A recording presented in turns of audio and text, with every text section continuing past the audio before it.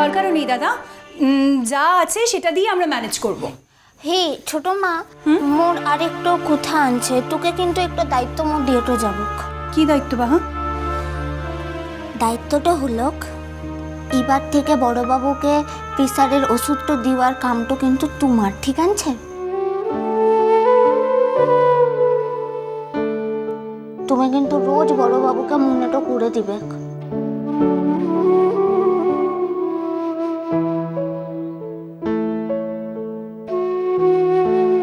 ঠিক তো?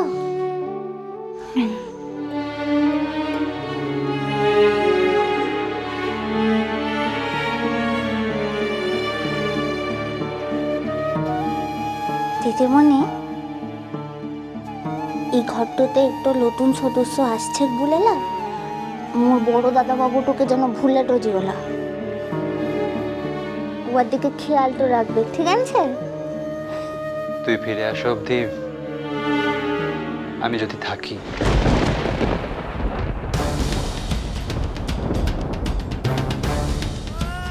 না মানে কত অলৌকিক ঘটনাই তো ঘটে পৃথিবীতে। যদি সেরকম কিছু একটা ঘটে, তাহলে সেদিন তুই কেমন দেখতে হবি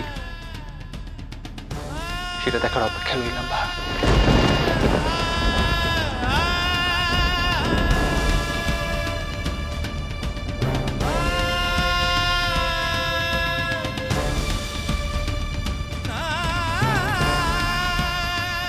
খুব খারাপ তো হবে কিন্তু বড় দাদা বাবু। আর একবারের লেগেও যদি এই কথাটা বলিস না, আমি কিন্তু যাওয়াটাই বন্ধ করে দেবো, আমি বলে তো দিলাম। আই এম সরি ভা। আমার এখন এই কথাটা বলা উচিত হয়নি। I am sorry. আরেকটু কথা আনছে দিদিমণির সঙ্গে। শোন না, যে নতুন মানুষটা আসছে না তোর কোলটা আলো করে, তাকে কিন্তু বলতে ভুলবেই লাই যে বাহা বলে কিন্তু তার লিগে একজন আনছে।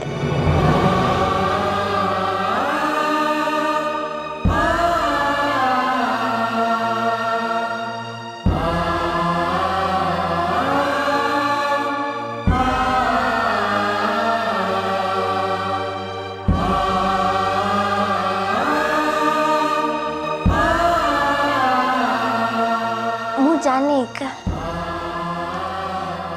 বিজ্ঞানী বাবু যখন আনছে তখন সকল কিছু ঠিক তো থাকবে, তো সকলকে সামলাইন রাখতে তো পারবে, সকলকে দেখভালটাও করতে তো পারবে। আর মু তোকে আজ একটু কোথাটো বলছি, এই ঘরটাতে এসে তুই যে থাকতে লেগেছিস, এই পথে কোনোদিন বাহারটুতে গিয়ে দেখবে তোর মনটাই লাগবে। জানি বাহা, একজন সম্পূর্ণ বহিরাগত মানুষ হয়ে এই বাড়িটার ওপর জোর খাটিয়ে জোর করে এ বাড়িতে থেকে, সত্যি আমি তো থেকে গেলাম তো না। হ্যাঁ,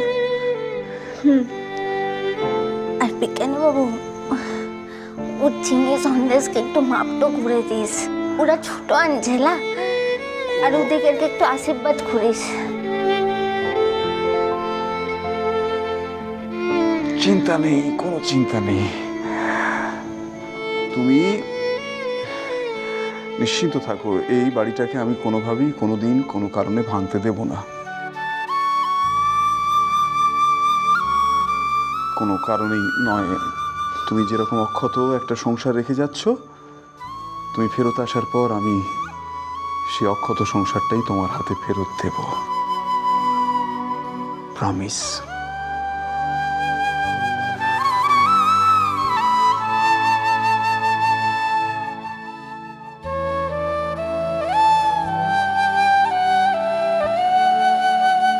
বাহা, ও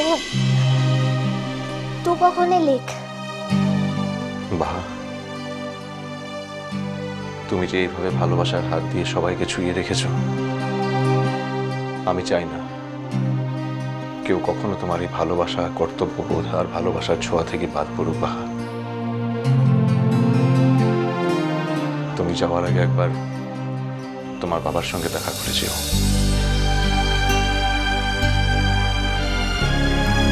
ঠিক বলেছে সজ্জি বাবু, শুধু বাপটোর সঙ্গে লাভ। ও বাড়িতে যখন যাব তখন মোর বাপ, পিসিমণি, ঠাকুমা, দিদি তোর সঙ্গেও একবার দেখাটা করে আসবো।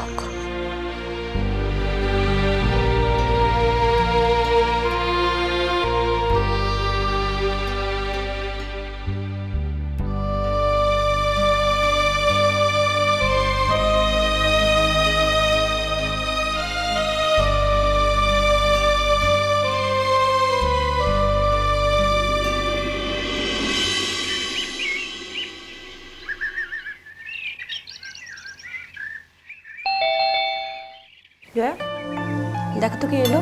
হ্যাঁ দেখছি বৌদি। দাদা তুমি কি বেরোচ্ছ নাকি এখন? একটু বসে আমি মুনিয়ার সঙ্গে তোমাকে খাবারটা বেড়ে দিচ্ছি।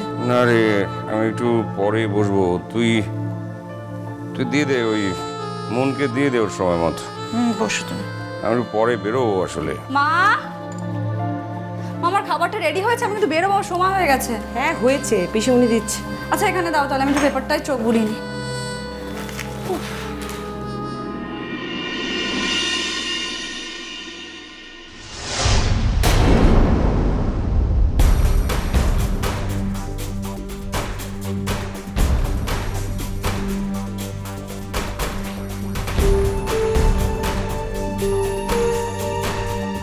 তুমি ভিতরটাতে যেতে বলবি কে? নাকি দরজার সামনে দাঁড়ায় সকল কথাগুলো বলবো? ঠাকুমালাই ঘরতে?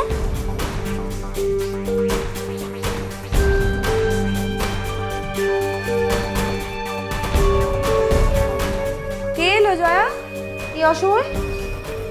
এসো।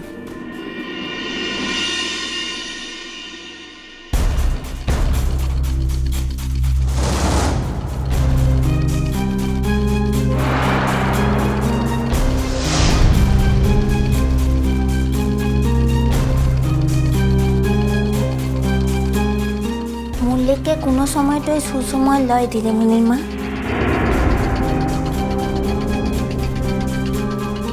মু যে সময়টাতে আসবো সেটাই অসময়টাই হবে।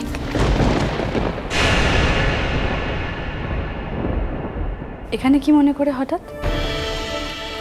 একা এসেছো? বাপের ঘর থেকে কিছু মনে করে আসতেটা হয় নাকি? আজ মো একাই এসেছি।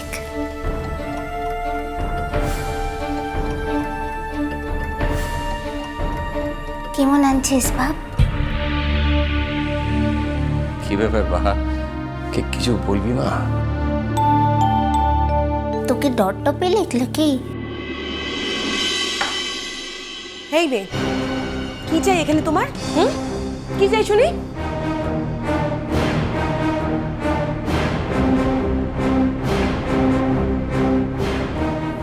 কিছুই চাইলা।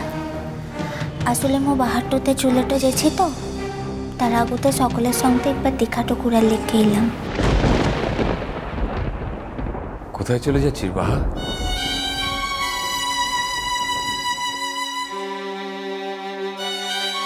আচ্ছা, ঠাকুমা কোথাকে একটু বলতে পারবি? মা পুজোতে বসেছে। ও, আসলে একটু প্রণামটা করতাম তো, তার লেগে শুধাইছে।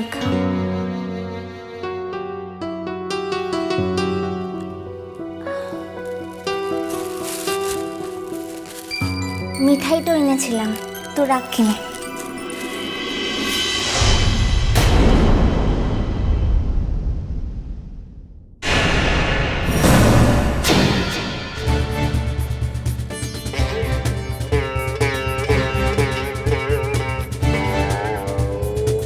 মিঠাইটা ছুঁড়েটা ফেললে কিসের লিখে? ওটা তো আর মু বানাইন লাইলা, মিঠাইয়ের দোকানে যে লোকগুলান কাম করে তারা বানাইছে। 2 পয়সা মিষ্টি কিনে আমার বাড়িতে মুখ দেখাতে এসেছো তাই না? খুব শিয়ানা তুমি, বড্ড শিয়ানা না? আমার মেয়েটার যে সর্বনাশ হয়ে গিয়েছে সেটা আমাদের চোখে আঙ্গুল দিয়ে দেখাতে এসেছ। ভেতরে ভেতরে খুব আনন্দ হচ্ছে, খুব আনন্দ হচ্ছে, একেবারে আনন্দ উতলে উঠছে, তাই না?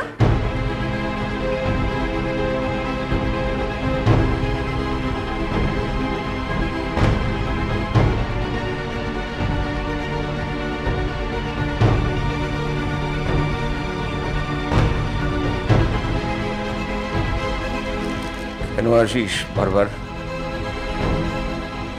কেন আসিস এখানে? বারবার অপমানিত হতে কেন আসিস?